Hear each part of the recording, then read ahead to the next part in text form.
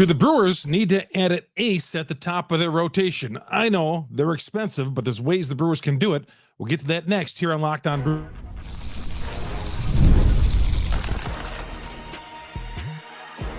You are Locked On Brewers, your daily Milwaukee Brewers podcast. Part of the Locked On Podcast Network, your team every day.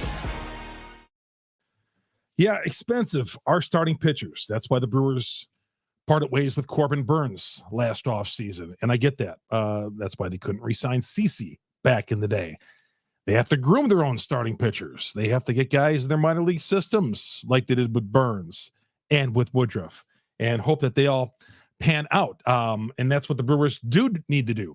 But right now, there's not a guy at the top of the rotation I think is a bona fide number one. But I see a couple of guys out there, actually one guy in particular, who I'd be interested. Good to have you along. Chuck Freeman, Locked On Brewers, part of the Locked On Podcast Network.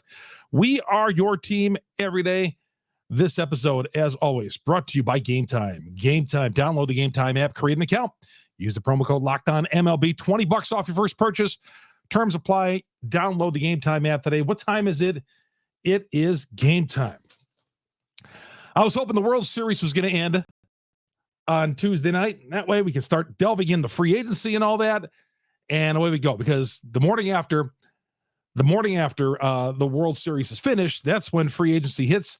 Players can file, and then they have 5 days a grace period there before they can start signing with teams. And then usually right around the winter meetings is when really everything starts taking off. And in December and all that, maybe the GM meetings, we'll see. It's sometimes a different timetable, but the Brewers did yesterday. They did keep Chris Hook. Remember a few years ago, they lost Derek Johnson to the Cincinnati Reds. People thought, oh boy, here goes the Brewers pitching staff. They lost Derek Johnson to the Reds. What have you heard about Derek Johnson since? It takes modified guys in your rotation to make the bullpen coach look good, to make the pitching coach to make everybody look good. It takes Jimmys and Joes. I've always said that. And they did sign Chris Hook. And I know a lot of people have a lot of praise for Chris Hook. A lot of praise. Re-signing him to a multi-year deal, I don't think that's not like the Brewers going out and getting themselves a bona fide $30 million a year ace.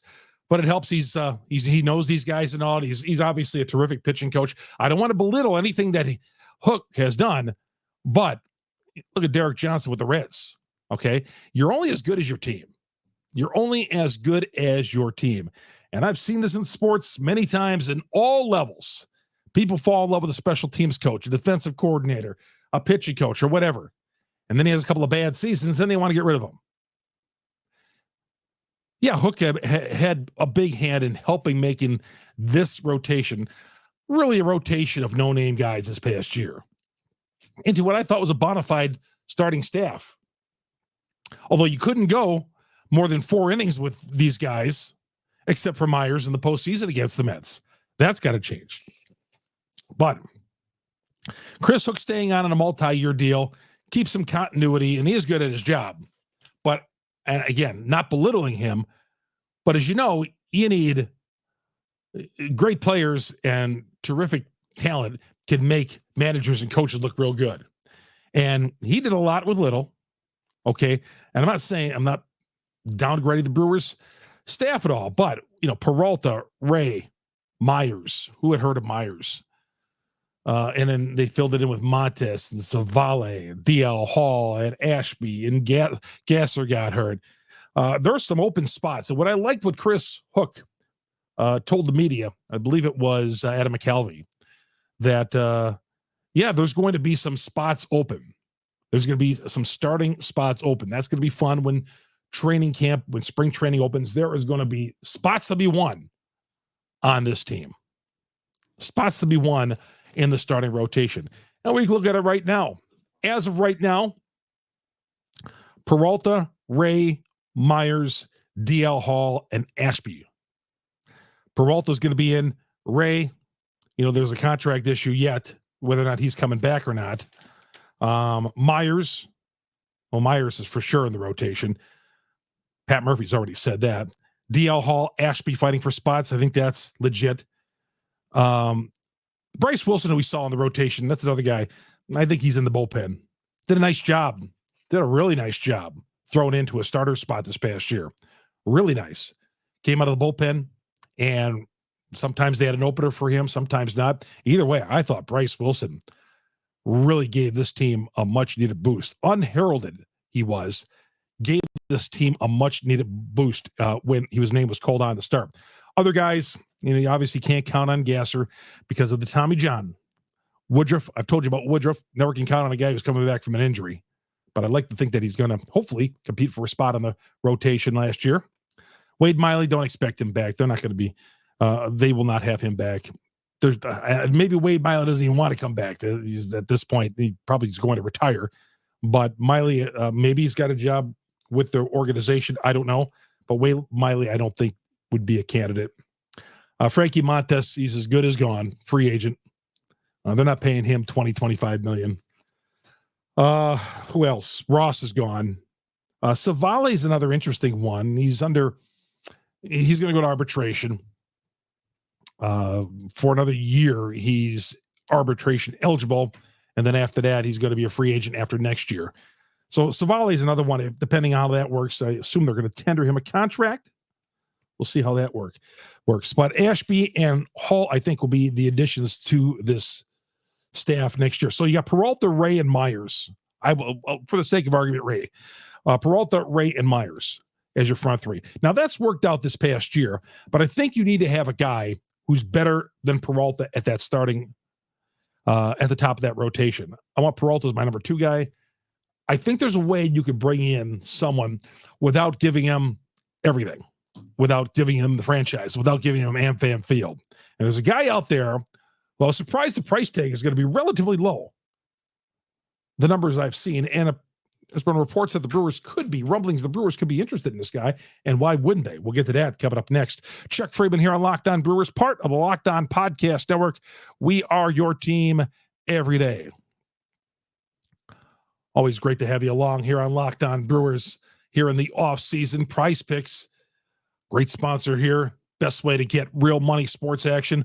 Over 10 million members, billions of dollars in awarded winnings. PrizePicks has made daily fantasy sports accessible to all. You pick more or less on at least 2 players for a shot up to 100 times your cash. Run your game all season long with PrizePicks. Again, you win up to 100 times your money, depending how you go. PrizePicks, as little as 4 correct picks. Best way to get in all the sports action. Over 30 states, California, Florida, Georgia, Texas. We have great listeners and viewers from all those states. PrizePicks is the best way to get real money sports action. Again, pick more or less on anywhere from 2 to 6 players, and you are good to go. But here's what you need to do. You got to download that PrizePicks app today. Use the promo code LOCKEDONMLB, $50 instantly when you play your first $5 lineup. Again, download the app, LOCKEDONMLB as the promo code. Download the PrizePicks app. LOCKEDONMLB is the prize code, the passcode. You'll get $50 instantly when you play your first $5 lineup. PrizePicks, run your game. Chuck Freeman here on Locked On Brewers. Yeah, we're here all winter long talking Brewers baseball with you, and appreciate everybody for coming along. Danny Zielinski joined us yesterday. If you want to check out yesterday's podcast, Dan comes on. He talks about the draft, just terrific analysis, and talked about the farm system of the Brewers yesterday. Check that out on yesterday's podcast as we head towards the final month of the final days of October here and look ahead to November. There's a busy schedule coming on, the general managers meetings, free agency, lots of action happening on. And of course, we'll have it all covered up here on Locked On Brewers. Go to Google, Spotify, Apple, wherever you download your podcast. That's where we are. And we're on a bunch of other platforms as well. And if you're listening to us on the audio version, go to Locked On Brewers on YouTube. Please hit the subscribe button. Had a guy today, ran into him at the store. Says he watches Locked On Brewers. I said, do you subscribe? He said, no, I just put it on. I said, please subscribe. It always helps the podcast. Locked On Brewers. Hit the subscribe button. Hit the bell. That alerts you every time we drop an episode here on Locked On Brewers. So who do you ask who I have in mind here at the top of the Brewers rotation? What's a guy you're seeing right now in the postseason? Jack Flaherty. The numbers I heard on Jack Flaherty, 3 years, $60 million. That seems kind of on the cheap. 29 years old. Would love to have Jack Flaherty. I wanted Flaherty here when he was being dangled out there by the Tigers. How about that? The Tigers dangling Jack Flaherty out, thinking they were out of the race, and then they get into the postseason. Flaherty with the Dodgers, end of his deal, looking for a free agent. 29 years old. Of course, we remember him from his days of the Cardinals, but he's having an excellent postseason. He's not your classic ace guy, but he sure can pitch like it. So how about putting him and Peralta at the top of the rotation? 3 years, $60 million. I found out the other day, the Cardinals, their payroll was like $160 this past year, and they're going to pare that down because they're in a rebuild. But we should be playing in the same league as the Cardinals. Why are the Cardinals spending $160 million and we're only spending like $115? Is St. Louis that much bigger of a town? They draw fans. We draw fans. Okay, is their TV contract any different than ours? Why is St. Louis spending 45 to 50 million more a year than the Milwaukee Brewers? What's up with that? They're paying the Goldschmidts and the Arenados and guys like that. How come we're not playing in that same lake as they are? I want to play in the same lake as these. There's no reason. Why can't we bump this up to 150 million at least? 160 like the Cardinals have it. Jack Flaherty's would be perfect for this rotation. Jack Flaherty would be.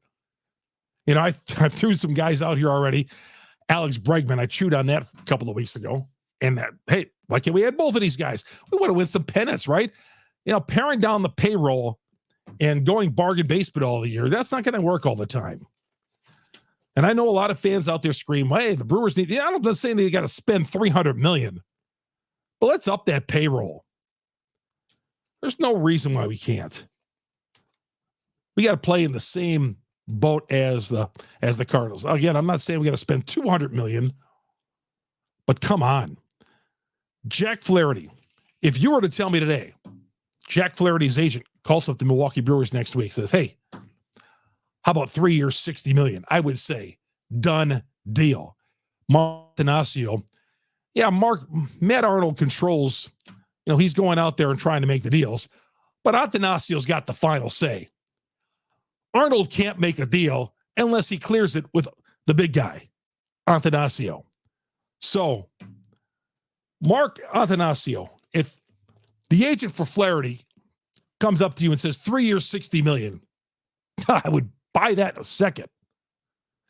I have a feeling it's going to go higher than that because Flaherty has been pitching so well in the postseason. And the guy's pitching like an ace. He's one of the best pitchers, been one of the best postseason pitchers out there this season. So 3 years, $60 million, I thought was relatively cheap when I saw those numbers. Sounds like the Brewers could be kicking the tires on it if he does become a free agent. I don't know why the Dodgers wouldn't keep him, but he's going to come here. He's got postseason experience. Would love Jack Flaherty to be my opening day starter. How about that? Another guy who's been linked to the Brewers, Michael Wacha. I'm lukewarm. I'm okay. I don't want Michael Wacha at the top of the rotation. That's for Flaherty. Right now, Wacha's in a 2-year, $32 million deal with the Royals, and it sounds like he's got an opt-out there, and he could become a free agent, and one of the teams that might be interested is the Brewers, another guy who's an ex-Cardinal guy. He's played with 6 teams, but on 5 postseason teams, making $16 million. If he opts out of $16 million, means Wacha's going to look for more than that. If I'm paying Michael Wacha $16 million, I'm certainly paying Flaherty $20 million a year. I just find 3 years at $60 million for Flaherty relatively cheap. I got a feeling he's going to get a bigger deal than that. When I saw those numbers out there, just that surprised me a little bit. One guy I'm not interested in, Max Scherzer's name has been floated out there a little bit for the Milwaukee Brewers. We've been down this road with these aging veterans. We tried it with Dallas Keuchel. And Scherzer joined the Rangers midseason, went 6-6, ERA right about 3.57, 17 starts. Max Scherzer, if this was 20 years ago, would love him. But at this point, no. This guy's 40 years old. Okay. Can't be. We keep going down that road with these aging veterans. No, I would not give him any. I certainly wouldn't pay him some big time money. Max Scherzer linked to the Brewers? No way. No way. I'll take a pass on that. Lukewarm on Michael Wacha, but all in on Jack Flaherty. Jack Flaherty. You know, when you go to the Gametime app, it says great price. That's a great price for Jack Flaherty. Damn, I saw that today. I thought, how cool is that? So the Brewers are, remember, the governor of the state of Wisconsin approved the financing, and the Brewers are going to get some repairs done to AmFam Field this offseason.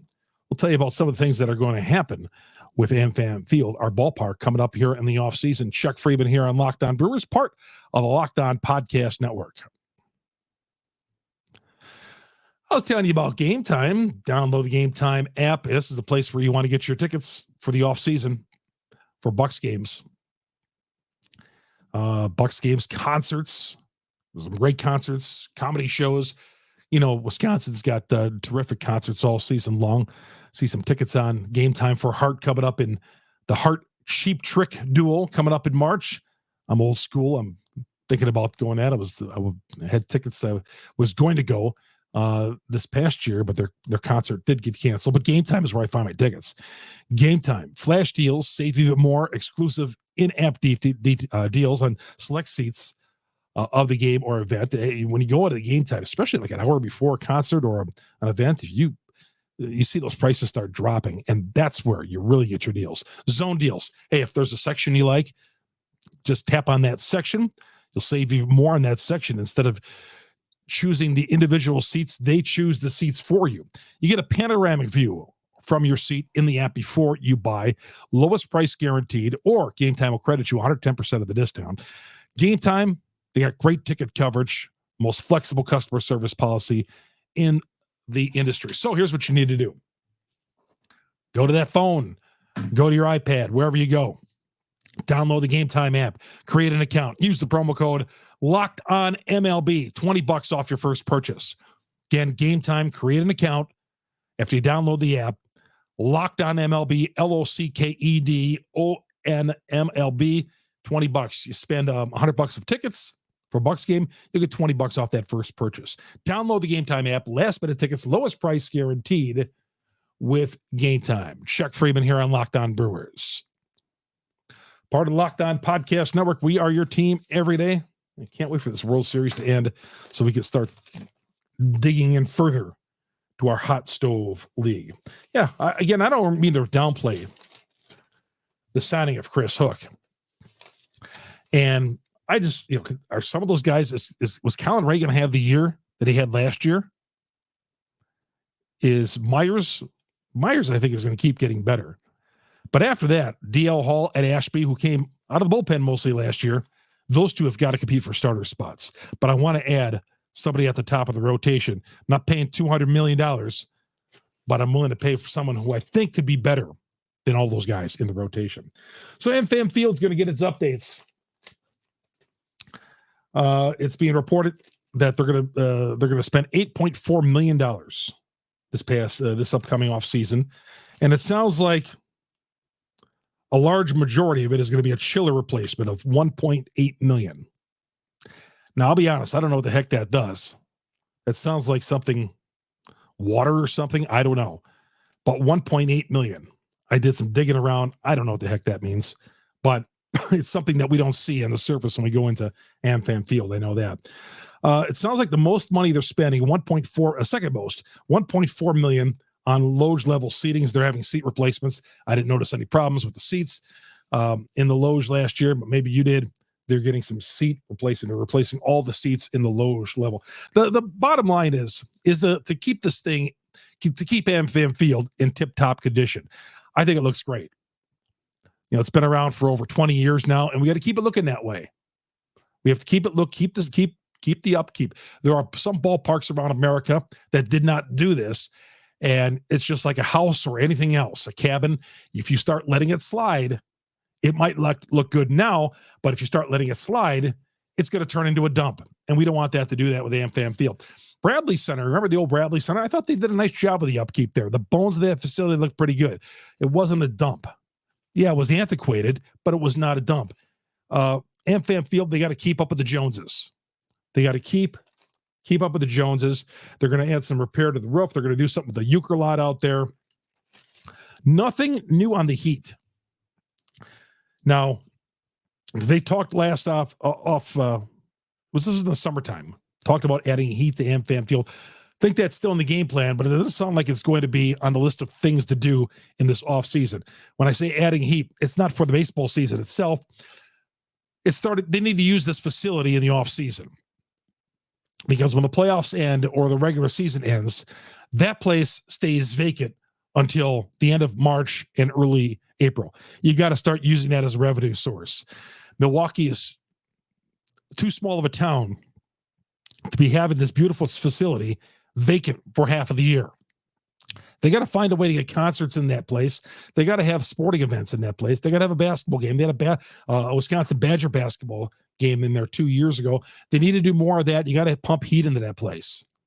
Have a hockey game in there. You need to pump heat into that place. You need to have heat. You need to get this thing done. Let's get this done. It's not on the list of things to do, but let's have concerts in this thing in the winter. Let's get into some revenue. Let's make this a revenue source because it's a beautiful facility. Let's not let it sit there for 7 months. But I like the idea they're doing repairs. As it was approved, it was much needed for the bones of the facility to get repairs done. But adding heat in the foreseeable future would be a nice idea. It's a beautiful stadium. Let's keep it up. And they were doing some repairs to the roof. Boy, when the Sea Leagues decided to add the roof, I know some people were against it. It was one of the best things the Milwaukee Brewers ever did. And I remember when we had the horrible crane accident that, there was some thought, well, should we not even have the roof? The Sea Leagues decided to keep on going and rebuild. And they put the roof up, and it's been awesome. My only contention is let's use it year-round. Also, when it's a nice day outside, let's open up that roof. And when even rain is imminent, like in Madison, let's keep that roof open. We got a tarp there. Let's keep that roof open as much as possible because like when you get an 80-degree day and it's not raining outside, man, and you got that thing fully enclosed, it's not good. Just some ideas here. All right. So the Milwaukee Brewers definitely got some things to do in the offseason. Like I said, you're either getting better or you're getting worse. You're not staying the same. The Cardinals, the Cubs, there's other teams in this division. The Brewers are going to be fending off those teams, trying to win a division title once again. They're the best team in the division right now. To stay there, you got to keep getting better. And I think they need a guy at the top half of that rotation, in addition to a bat at third base, a big bat at third base. We'll see what road the Milwaukee Brewers go down here in the offseason. Hey, everybody, we're going to still be here in the winter, as I said. Locked On Brewers. You get us on Google, Spotify, Apple, wherever you download your podcast. We are certainly there talking Brewers baseball with you. You ever have any questions? Once a week, we take questions from the listeners here and the viewers here in the off season. Go to my, you can leave your questions. I read all the comments at the bottom of the YouTube. But if you're an audio listener of this podcast every day and you make Locked On Brewers your first listen, I appreciate that. Hit me up on Twitter. Go to Chuck Freimund, Freimund. I talk other sports as well. I'm a sportscaster here in Wisconsin, so I'm talking about the Packers and the Bucks and the state college teams and all that. But Brewers baseball is my number one love. Chuck Freimund, Freimund. Please hit me up there. And of course, our YouTube page, we want to go over 4,000 here in the next couple of weeks. It's growing every day, even here in the off season. The fella I ran into today, Carl, his name was, said, hey, I view your page on Locked On. I'm making dinner, making breakfast in the morning on the TV. I pop up Locked On Brewers on YouTube. That's great. Also, you can also get us on your devices. Go to your devices, whatever it is. I'm not going to say the device now because my device will go off. But say, hey, you want Locked On Brewers, program it in and all that, and that episode will be waiting for you every day. It's going to do it for Locked On Brewers. Thanks for making us your first listen to every day. For your second listen, go to my man Sully. He's going to have all the World Series talk, all the offseason talk as well on Locked On MLB. We'll see you tomorrow. Chuck Freeman, Locked On Brewers, part of the Locked On Podcast Network. We are your team every day.